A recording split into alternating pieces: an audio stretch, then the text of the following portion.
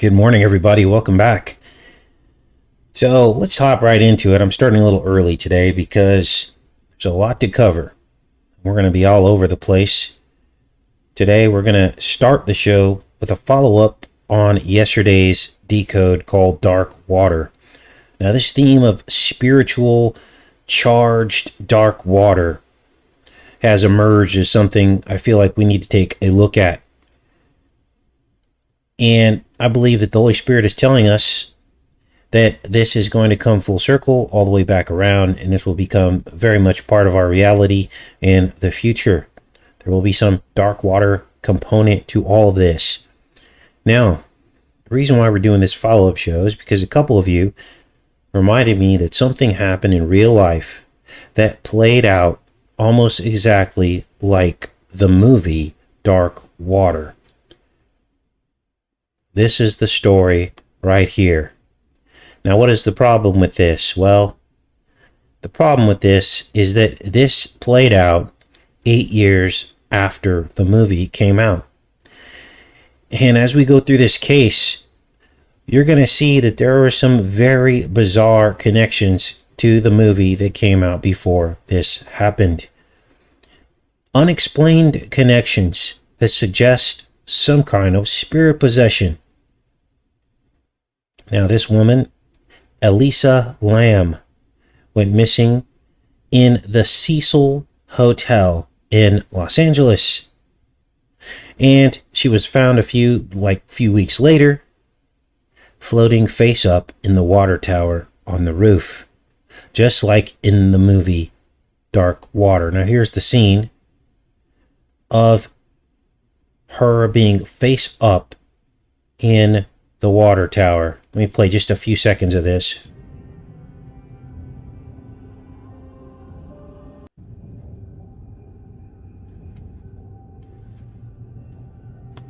So as you can see, it is what it is, the same circumstances. Now, nobody is quite sure how she got in the water tower. All we know is that she was found in the water tower on the roof. And through the investigation over the years, they found that there was only one way to the water tower because all the doors were locked and had alarms on them, which was also a component of the film. Let's see if we can find that part real quick here. In the very beginning, when she goes up to the water tower, they're frantically searching for the girl, and then they find her. See if we could find that part here. And she says to him, "Why didn't you lock the roof?" Let's watch this part.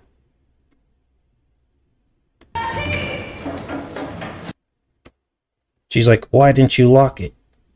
It's supposed to be locked. Well, it wasn't. I'm sorry. Okay.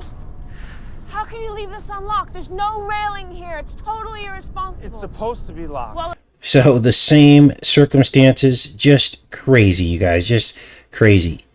And what ended up happening was these people smelt a strange odor in the hotel, and the drains were all clogged, and there was a strange taste coming out of the hotel water.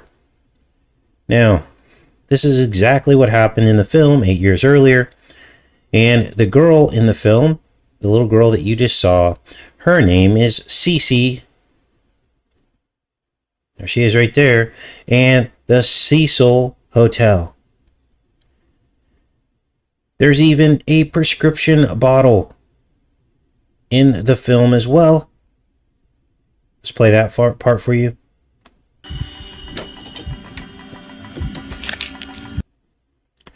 And we had showcased all this on yesterday's show.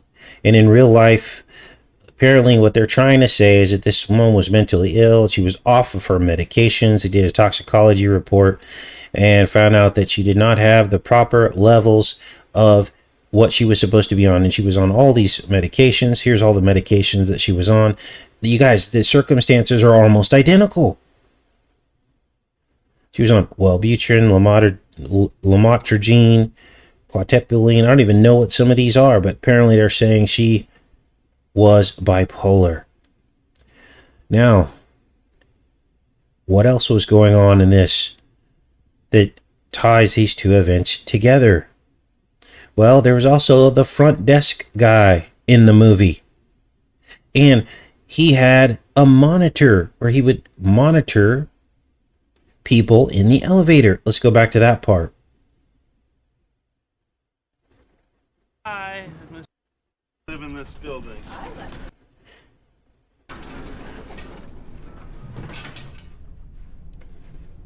He sees them on the monitor. This is the iconic scene. And apparently, in real life, this woman, they had her on the elevator on videotape in the same exact fashion. Now, here's the weird thing. A lot of this went down right around Lupercalia, which is a day of sacrifice. It's Valentine's Day. It's been repackaged into Valentine's Day, but the origins of February 12th through the 14th, I believe, or 15th, is the festival of Lupercalia.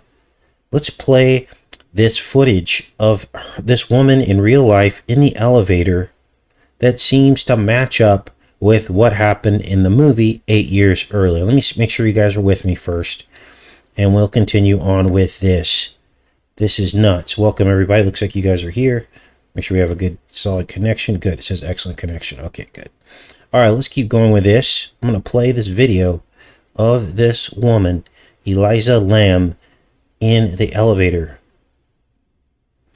Now, she goes into the elevator, and some people have surmised that this could have been demonic possession. I'm thinking more along the lines of sacrifice. They're trying to say she had a mental breakdown. Now, there is actually, she punches the numbers on the elevator, and the elevator won't work. And so it looks as though she's trying to figure out if someone is outside making the elevator not work. But there are lots of theories that are saying she's hiding from somebody. And I just don't know if that's the case. To me, this more seems like she's trying to figure out why this elevator won't work. She's trying to get it to work. She thinks that maybe if she jumps across the sensors, which you'll see her do in a second, that it will trigger the elevator for the doors to close so she can go to whatever floor she's on. And yeah, she's acting a little strange, but I can tell you, when I don't think anyone's looking, I do strange things sometimes, because that's just, they're just little idiosyncrasies, you know? You're walking in squares or something, or, you know, doing different things like that, okay? We all do it. It's just part of being a human. So I don't think this is too far out of the ordinary, but she's trying to figure out why this elevator isn't working. Now, there may be more to this. I'm not trying to say there isn't, and I'm not trying to downplay the fact that, you know, they're saying that this woman had mental issues. But why would her family let her travel to Los Angeles by herself if she had such mental issues, right? Doesn't sound right to me. Like, a lot of people are on antidepressants and medications that are completely okay. It doesn't mean just because you're on a medication that you're crazy, okay, or that you're going to end up in a water tower. But this is what they want people to believe. I believe this was some kind of a situation where this woman was targeted. Let's play a little bit more of this video here. She comes back in. She's like, why isn't the elevator working? She's probably trying to decide if she's going to get in the stairs instead. I don't know how many floors this building was. The Cecil Hotel in Los Angeles. Some of you live in that area. Maybe you could check this building out and report back and see what you find. She's pressing all the numbers, trying to figure out what's going on. Now, here's the weird thing about this case. When they found her in the water tower face up, they did not find her phone with her, nor was it in her hotel room. What happened to the phone? Now, here it looks a little weird, but it's almost as if she's trying to see if the sensor's broken. You see here? She's waving her hands, but that's because there's a sensor that sees if there's someone, or she thinks there's a sensor. I think it's actually a bumper bar. And if that bumper bar hits something, it will open the door again. So she thinks that there's a sensor that's preventing the door from closing. Now, weird thing is in the movie, the elevator doesn't work as well. Let's go to that part of the movie. This is unbelievable, you guys. This is crazy. Let's see if we can find that part of the movie. I think it's at the very end.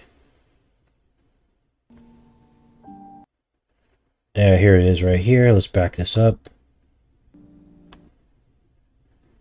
Now, a lot of people have covered this in one shape or fashion.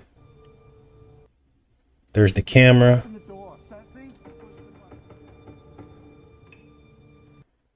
Sassy. Sassy, open the door. Push the button, Sassy.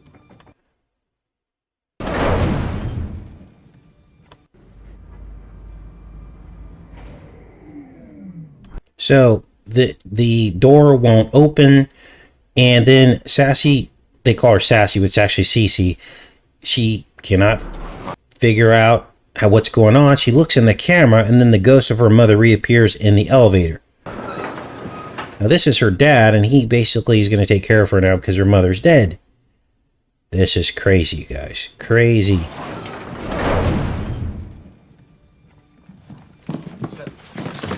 Sassy. So that's pretty much what's going on with that part of it. So like I said, they never found her phone. Now in the movie, Jennifer Connelly and her daughter live in room or apartment 9F. And we know that F alphanumerically is 96 or 6, I'm sorry. So it's 96 is basically the room that they're in. So I did a little digging and I found something really creepy. I took the birthday of the woman who died in real life, which was April 30th. The dates are wrong, but I just put the date in there arbitrarily. We're looking at number of days in the calendar year. From the date that she was born till the date that the film released was 69 days. 96, 69. Very weird, right? Look at this. Unbelievable. 9 weeks and 6 days. Apartment 9-6. Apartment 9F. Now, some people chalk this up to a strange phenomenon that we've kind of discovered on this channel, which is literally the synchronicity matrix. In other words, things seem to be all connected in some way, shape, or form. Many times, these synchronicities are unexplainable, like in the decode yesterday that we did on Dark Water, where the two girls in the film were born in the exact year and 1 day apart in that year.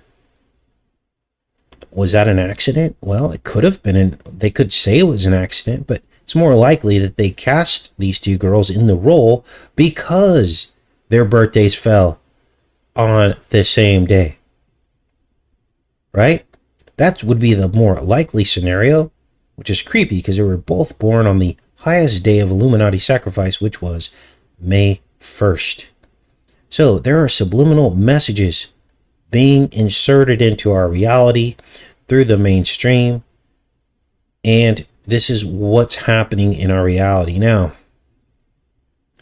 There's more to this because there is a Doctor Who episode, which you see on the screen right now, that we'll be digging into. I actually already decoded these 2 episodes. I've got to put together a montage. I will present this to you later in the week.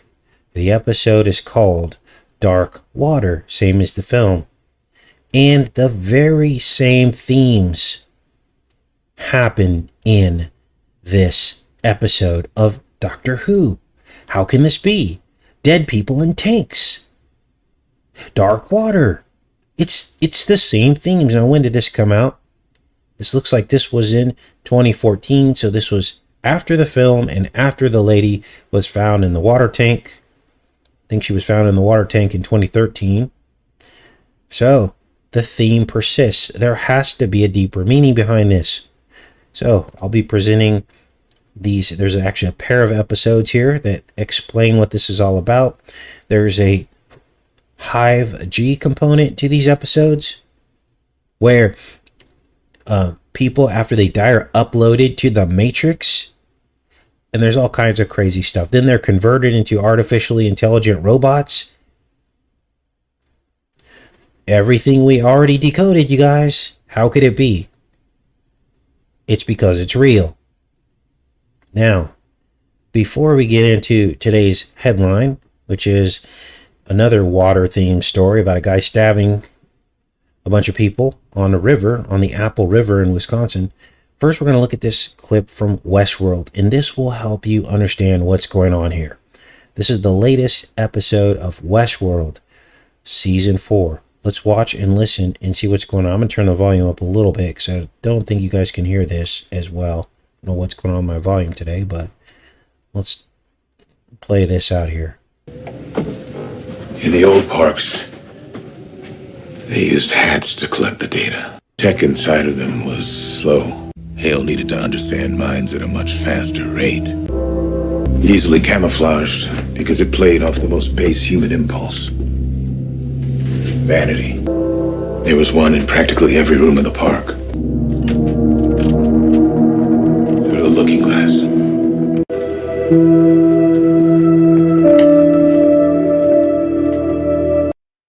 And this is what I believe the White Rabbit is all about. Through the looking glass. It is basically the spirit of possession that is coming upon humanity. We're already seeing it, you guys. We're already seeing people act a fool, aren't we? We're seeing it in the people that we love, acting in ways, strange ways that we've never seen them act before. So what is this scene all about? Let's break down the scene from Westworld. This guy right here is Bernard, and he's kind of like the Westworld, I guess you call him, spokesperson. He goes around, he does all the inner workings. He's kind of like the manager of Westworld, okay? And he's explaining how they were able to collect data out of Westworld, because basically Westworld was built so that they could collect data so that they could build the final artificial intelligence alternate reality and basically consume human flesh. I mean, in terms of consume humanity, make human flesh extinct and replace it with robots and artificial intelligence and transhumanism. That was the goal of the original Westworld. It was a data collection project so that the new order or the new world that they made would be as real as possible. They were studying human behavior. And Bernard tells this woman that they were able to first collect this data with technology inside of hats. But then they switched over to dark mirrors. You guys, the dark mirrors, the data collection is our screens. This is what they're using to collect the data to create the new world, the new artificially intelligent world, by learning from our behaviors, our voice patterns, our decisions and choices that we make. Now, some people call these scrying mirrors. Regardless, the dark screen is how they are collecting data to build the new reality. And this is why the Bible says that God will have to cut the last days short, because otherwise there would be no flesh left. They're telling us right here how it's being done through these mirrors. Now, I'm going to check in with you guys and we're going to get into another water-themed story. Just happened a few days ago in real life. A suspect in Wisconsin river stabbing rampage killed a teen and injured 4 other young adults. They're holding him at $1 million bail. We're going to read this story. We're going to read between the headlines because I don't think this story is what they're telling us it is. And they admit it in the story as we read through this. You'll see. But it takes all the way down to the end of the story to figure out what's going on, because they basically lie to us.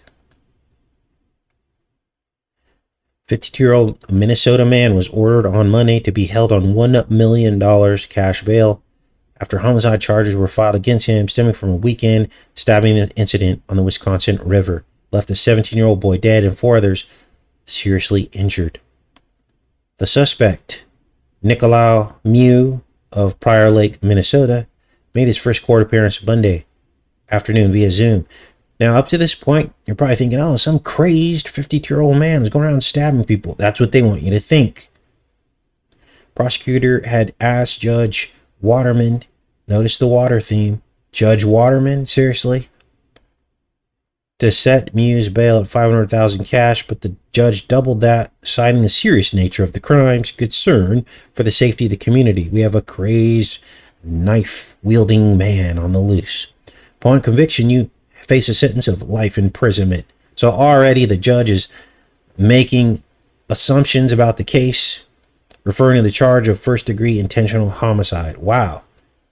Mew was present at the hearing by a public defender, told the judge the defendant did not financially qualify to be represented by his office, which means the guy was a tax-paying middle-class citizen. Now let's keep reading here. Now the truth starts to emerge. Mew is married, owns his own home, has a full-time job as a mechanical engineer, and designs residential, commercial, and automotive ventilation and cooling systems. He had no previous criminal record. Here's the guy here. Harrelson said that Mew didn't know any of his alleged victims. Now, did this guy snap, or was there something more to the story? Let's take a look here. This appears to have been a completely chance encounter on the river. Very unfortunate one. The judge denied Harrelson's request that Mew be granted $50,000 cash bail and an ankle bracelet. Mew did not enter a plea to the charges. The judge informed him that he can hire his own attorney or request the court to appoint one to represent him.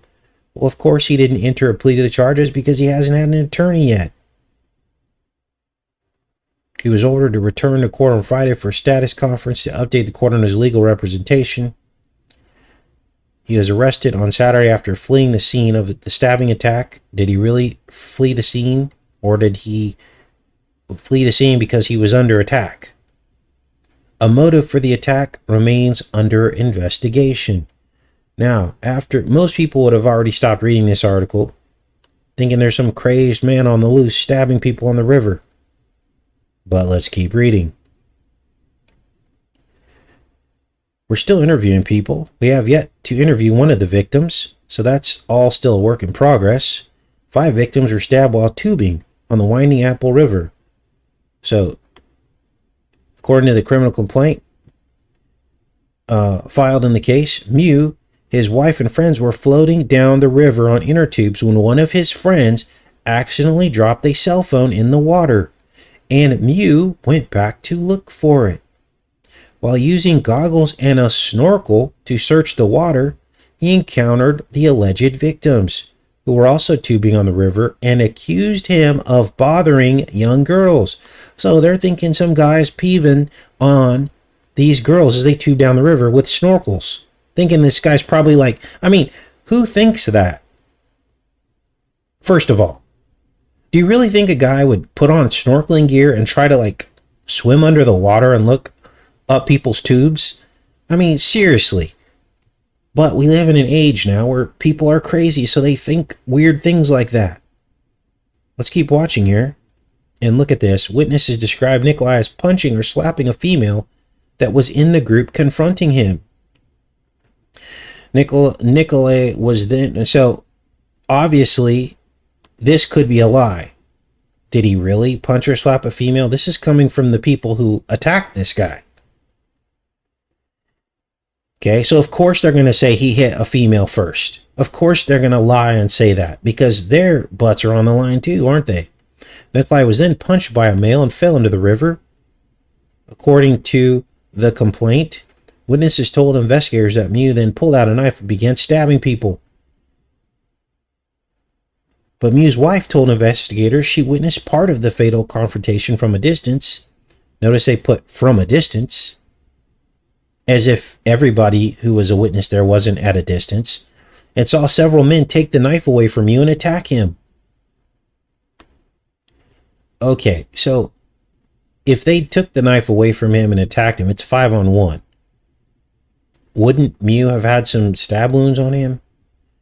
Now notice it isn't until the end of the story that we get all this rest of this information. It's very important information to piece together what happened and to figure out who's lying and who's not. Apparently there's a video out. I could not find the video, but there's a video of the entire incident. But they won't release that. They won't let you see that, because that probably tells the truth. Here's what I think happened. A gang of young adults trying to jump a single man to make him pay for what they believe he was doing, which was peeving on their girlfriends with snorkeling gear. But yet, the article says there's no motive for the stabbing, but yet they tell you the motive right here. They tell you that there was a confrontation. And the wife offers her testimony, but that's not till the end of the story. She's obviously older than the young adults, which were in their 20s, early 20s. You would think that her testimony would be the first one pointed out in this article, because she offers a logical explanation as to what happened. The motive was the guy went back to look for a cell phone and he was attacked. And he defended himself. That's how this reads to me. Let's keep reading here. Mew's wife claimed her husband told her right after the encounter that at least one of the men swung the knife at him and that he grabbed it and moved it away, according to the complaint. So it almost sounds like they had a knife first. She said the encounter lasted for about 5 minutes, according to the complaint. So this was basically a knife fight. Don't bring 5 inner tubes to a knife fight.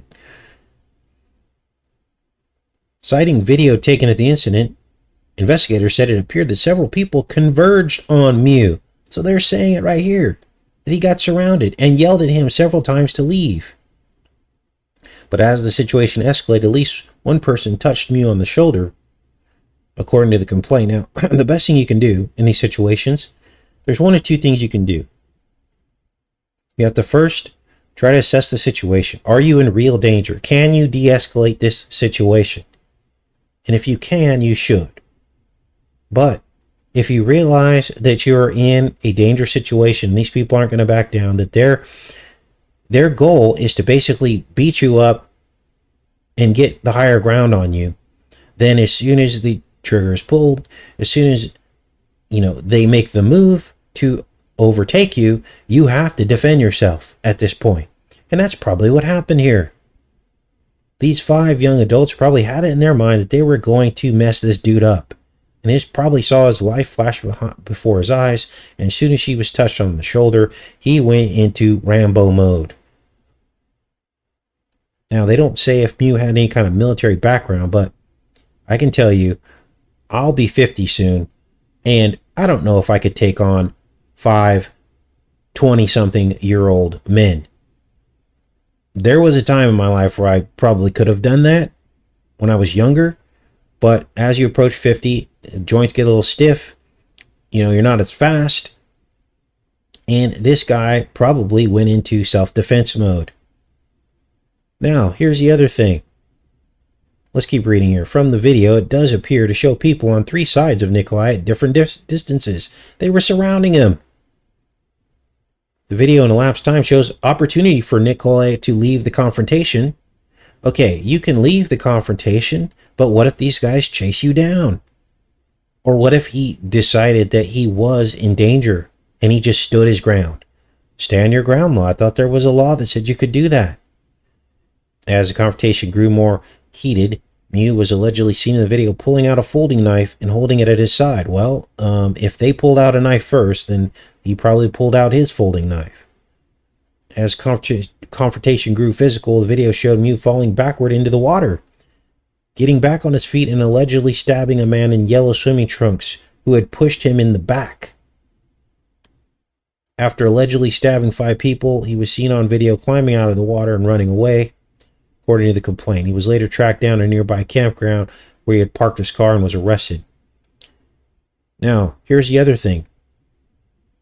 They say that Mew had opportunity to escape. Well, what about the 5 people surrounding him? They had plenty of opportunities to escape too. When someone stabs one person, what do? Do you jump on top of that person with a knife? Or do you go get help? Or do you send 1 or 2 people to go get help? Obviously, it's very difficult to stab 5 people unless they're all on top of you. or in close proximity to you, attacking you or being the aggressor. Have you ever tried to chase down 5 separate people in 3 feet of water? It's very difficult to do. You might get one of them, but if they're all running in different directions, you're not going to catch those people. So obviously they were on him. He wasn't on them, unless they were all tied down somewhere. Unbelievable. So then they make it sound like he tried to get away. Obviously he turned himself in. He was probably just waiting right down the road going, wow, I just got attacked by 5 people. And they tried to make it look like there was a kind of standoff, and they, oh, put down the knife, put down the... Really? Unbelievable. So they found the black-handed folding knife discarded on the riverbank. A teenager, one of the teens died. The rest were in their 20s.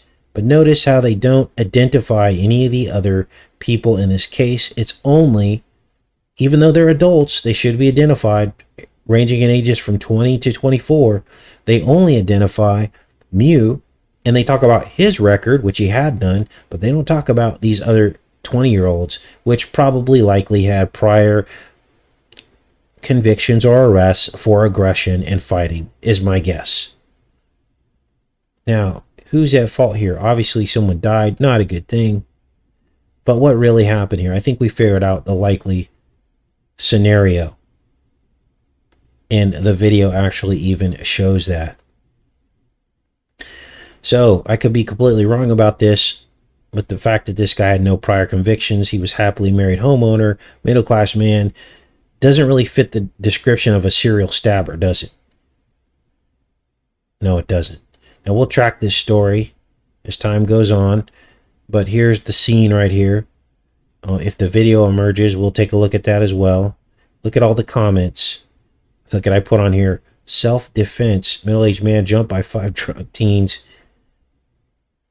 Probably got 0 thumbs up on this. Let's take a look. Let's refresh it. So we come up with here. Oh my goodness.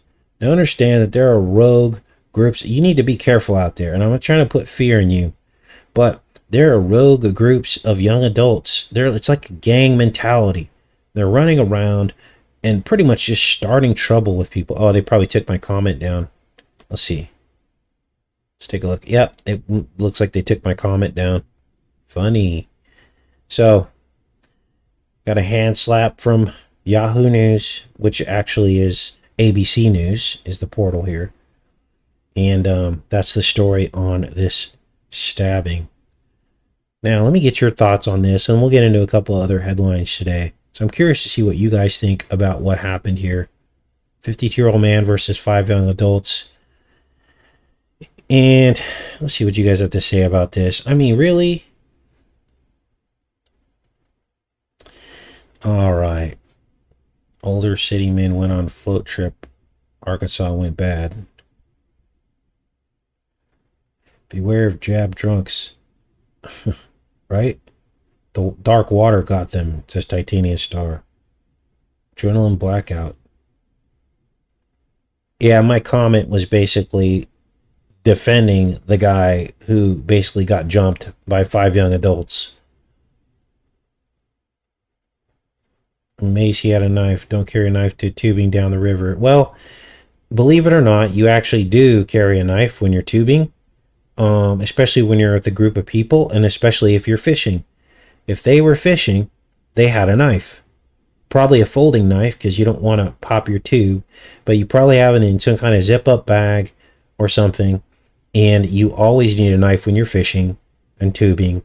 And in fact, all whitewater tubers, I know this wasn't whitewater, but all whitewater rafters and tubers carry a knife because there are ropes on the tube, and sometimes you have to cut away, especially if you're all connected with ropes. You have to cut the rope if one person gets in trouble. Yes, ropes, you need knives. Thanks, Cheyenne. Exactly. And a lot of people just carry a pocket knife. You just do. And so that's probably what happened. Both Mew and the 5 young adults had a knife. They probably somehow, maybe Mew is one of those guys that just doesn't take any crap. And they start shooting their mouth off, threatening him. And he probably shot his mouth off back. Right? He's like, you know, screw you guys. I'm not, what do I'm not doing anything. I'm looking for a phone. Leave me alone. It's probably what he said. And they're like, what? Let's go then. This is how it happens, you guys. They pulled out a knife, probably, and then they probably start shoving him around. I could see it happening right now. How do I know this? Well, I've been in situations like this. You got 3 or 4 people surrounding you. You know you're going to get beat up and you could die. You go into self-defense mode. He pulled out his knife, and next thing you know, maybe one of them thought they could take this guy, thought he was just some old, slow dude, and surprise, surprise, Rambo emerges and takes them all out. So, all right, let's get into some more of these other stories today. What else do we have? Well, you guys have all heard about this. The House has passed a pop stick ban. Now, this came out a couple days ago. What this article doesn't say is how they're going to enforce the pop stick ban. Now, it has not been passed by the Senate yet, so this is not law. It's only been passed by the House, and in fact, they don't expect that it will clear the Senate. But if it does, and tomorrow these kinds of pop sticks become illegal to own, trade, possess, or use, then they're going to have to come up with a plan to collect 5 to 10 million of these things that are out there right now. How are they going to do it? Well, nowhere in this article does it say how they're going to do it.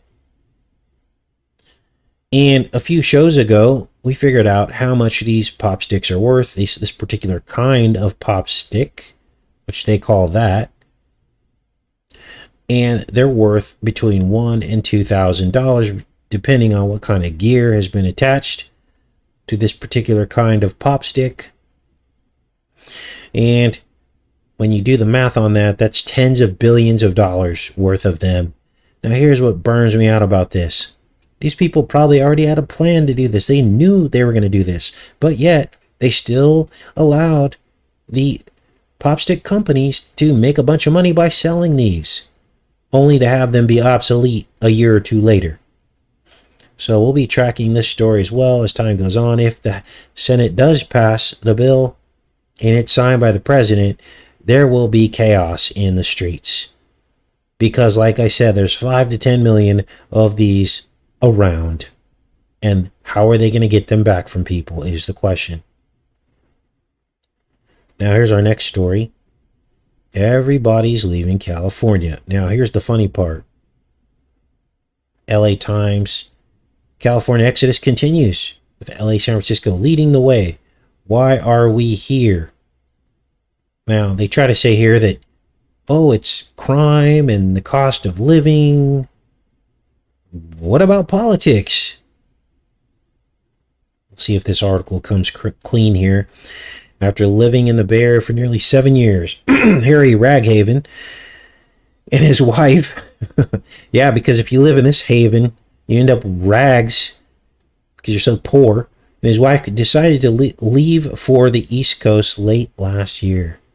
They were both working remotely and wanted to leave California because of the high cost of living and urban crime.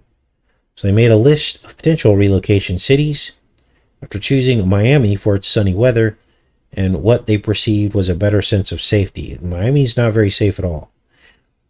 Raghaven said that their Oakland house had been broken into 4 times, and that prior to the spam endemic, his wife called him every day during her 7-minute walk home from the BART station because she felt safer with someone on the phone.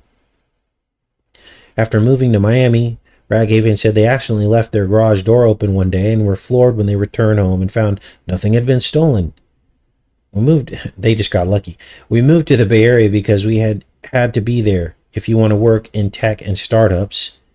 And now that's no longer a tether. We took a long, hard look and said, wait, why are we here again? And that's because they were able to work remotely, right? And so this whole remote working thing has basically changed entire economies. It has changed entire local economies as people have moved out of the bigger cities and into the suburbs because they can work remotely. It's exactly what happened to me when I was living in Connecticut. Soon as remote work became popular because of the spam-demic, all the people from New York spilled out into the outlying areas and drove up the rents, drove up the cost of food and everything else. And it was an immediate gentrification, instant gentrification, and it changed entire economies. And nobody was talking about that. Mainstream media wasn't talking about that. It destroyed people as their rents went through the roof. We were talking about it, the rising rent costs and all this, but they were not. Now, so of course they don't talk about politics. None of that's in here. That's the real reason why people are leaving. And so there's that. Now, let's get into this next story. Looks like they're trying to make a comeback with solar. Washington Post, how Joe Manchin's change of heart could revive the U.S. solar industry. Now, they're just going to keep pushing this thing, aren't they? Why? Well, this is part of the grid. This is part of the electric kingdom, the electric prison. Now, they haven't changed anything fundamentally in the business model of solar, which is already doomed to fail and has shown huge cracks. Look at the solar panel disaster in California. All these millions of homeowners stuck in these solar panel leases, 10, 15, 20-year leases, stuck on the grid. There's no option to be off the grid if you have solar panels in California. And so the toxic solar panels are piling up with no plan to recycle them in California. But yet they're still going to push this without a change in the business plan. This is Dalton, Georgia. The gamble by a company here churning out large volumes of solar panels was starting to look risky. It's planned to be a launch pad for a solar manufacturing resurgence. It was already audacious in an industry so dominated by China, whose cheap products drove the closure of many American solar plants. Well, didn't Trump shut all that down? Didn't he say we can't buy Chinese solar panels anymore? That's what I thought. Could be wrong about that, but government investment championed by the White House was supposed to position domestic firms to compete, but a paralyzed Congress was refusing to write the check. So basically, they shut down solar panels, tried to make it domestic production, but that never happened. And of course, domestic is much more expensive, and who suffers? It's the people trying to buy the solar panels, right? But now they're turning all that around, back to it, with this climate package. See how they make you beg? So basically, can't get solar panels for the whole term of Trump's presidency because we shut down China importing solar panels, and there was not a plan to be able to get solar panels a different way domestically. And if you did, prices were through the roof. And so now they make people beg to get solar panels by agreeing to the climate package. Problem, reaction, solution. So the only way you're going to get your solar panels is if you agree to the climate package. Unbelievable. Now, this next story. This is interesting because this is Tiger Woods and golf. And apparently, this dovetails in with Trump's Back to the Future golf course story that we decoded the other day. Bedminster in New Jersey. Now, if you didn't know this, golf courses have 6 and 6 and 6 holes, 18 holes, and Trump's golf course has dead people buried underneath it, including his ex-wife. A few days ago, we had looked at the LIV Saudi-based golf series that just took place on Sunday at Trump's golf course. LIV means 54 in Roman numerals, if you didn't know that. Took me a minute to figure that out. And here we are with this Tiger Woods thing going on here. See if there's a picture of this golf course. Oh, they don't show a picture of it. Oh, here, let's refresh this, see if it shows up.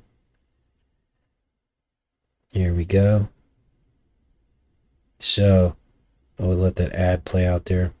So, Crazy, right? So what is the story here? Well, Tiger Woods has stonewalled this Saudi-based golf tour, which is called the LIV Golf Tour. And he's stonewalled it and refused to play in their tour, even though they offered him $800 million. They offered him almost $1 billion to play in this tour, and he doesn't want to do it. Now, I don't know what the actual reason is. I think it has something to do with the PGA competing with the PGA Tour or something like that. But this just goes to show you. Saudi Arabia. Remember Trump with the crystal ball hanging out with the Saudis? Weird. So, right here it says Trump National in Bedminster, New Jersey was a flop. Apparently, but a lot of people didn't show up. Tiger Woods didn't show up. Well, I wouldn't be showing up to a 666 golf course either with dead people buried under it. That's weird. Hosted by the Saudis. Let's read a little bit of this. Tiger Woods turned down an offer that Greg Norman says was somewhere in the neighborhood of $700 to $800 million to take part in the Saudi-funded LIV Golf Series. During an appearance on Fox News with, can't say this guy's name anymore, apparently a bunch of people on Facebook are getting blocked for talking about a recent story that he came out with about people dropping out. Interesting. Woods has been opposed to LIV Golf since last year, and he delivered his strongest comments at the British Open when he said players who took the money funded by the Saudi Arabian Sovereign Wealth Fund had turned their back on the PGA Tour that made them famous. Wow. So that's the reason that he gave. Didn't show up to Trump's dead people golf game where people are dead and not alive, right? Wow. So that's what's going on with the sports world. Now, this is an important story here. Hushya. We're going to call it Hushya. Why? Because you're not allowed to talk about it. Hushya is now escalating its rhetoric toward the U.S. What's going on? Well, apparently they are now saying and accusing the U.S. of being directly involved, as if they weren't directly involved enough, with aggression toward them. They're saying there are people on the ground there targeting their troops. Wow. Guys, you think it's an accident that Top Gun just rebooted this year? All this rhetoric is coming back full circle. Cold War 2.0. Hushya said that the United States, the world's top military power, is directly involved in the conflict in the Ukraine because of U.S. spies were approving and coordinating missile strikes on Russian forces. Wow. So, this is part of the escalation, you guys. This could go nuclear, or they will say it is. I don't believe all this. I think this is all smoke and mirrors. I believe that it's just their excuse to nuke people, and both sides are actually in on it, is my personal opinion. So they could create more chaos and fear. Now, here's our last story for today. I know this was a long show today, but this one's pretty important. This is USA Today. If you drink Oatly products, apparently they're saying there's been a huge recall because they've been contaminated with microbes. Glucerna Oatly drinks among 53 beverages recalled for potential microbial contamination. Wow. And what was it contaminated with? Let's see what it says here. Causing illnesses. Sakazaki. Chronobacter Sakazaki contamination. Causing fever, vomiting, urinary tract infections. Wow. A lot of people drink oat milk because they think it's better for them, and it probably is. So, you can get meningitis and all kinds of crazy stuff. Infants, seniors over the age of 65, people with weakened immune systems are most susceptible. A lot of that going on right now, isn't there? Here are, what is this?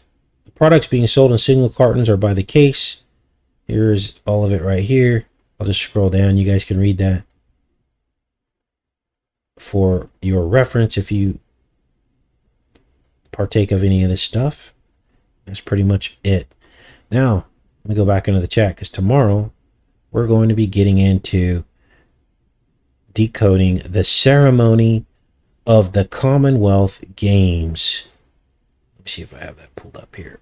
Let's see here. Let's pull that over here.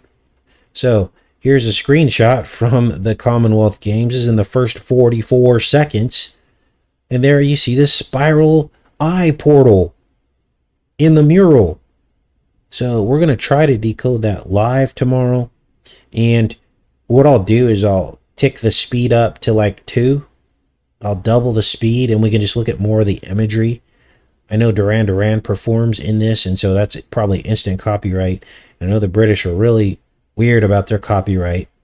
So we'll have to do it at 2 times speed, turn the sound off, and basically just look for images through it. This particular opening ceremony is about an hour long, so we'll get through it in half an hour. And so that's what we'll probably be doing tomorrow. Then the day after tomorrow, we're going to be decoding the Blade Runner reboot movie called 2049. Blade Runner 2049. And we'll be getting into that as well. Let me go into the chat here. Supreme Court is in lockdown in the U.S. Oh, really? Wow. What's going on, you guys? It's hard to keep up sometimes. Okay, let's see what you guys are up to. Tiger Woods is a needle mover. Yeah, did you see that, Jane Doe? Interesting, right? Oh, he's got to throw that needle in there. All right. You can make your own oatmeal milk. Just blend oatmeal and water, right? Looks like a hawk eye. Roman numerals off to the side. Yeah, we'll look at all that tomorrow. Hole in one on par 4. Thanks, Rose. Thanks, Parabuilding. Yes, Bill. Needles, needles, needles. That is their theme. They can't help themselves. Symbology will be their downfall. Especially when you got top code breakers like Casey. Thanks, King Spartacus. Supreme Court is in lockdown, says Redeemed by All right.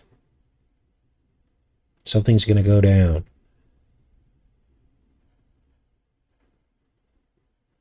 Okay. Everyone says they're underground. Thanks, Vlog Surfer. Okay. All right, you guys. That's pretty much it. This was a long show, so I'm going to go ahead and pop off of here. We'll see you guys tomorrow with these games. The opening ceremony of the games. The, what is this? Commonwealth Games in the UK. Take care and be safe, everybody. Have a great day. Be saved if you haven't already. Much love.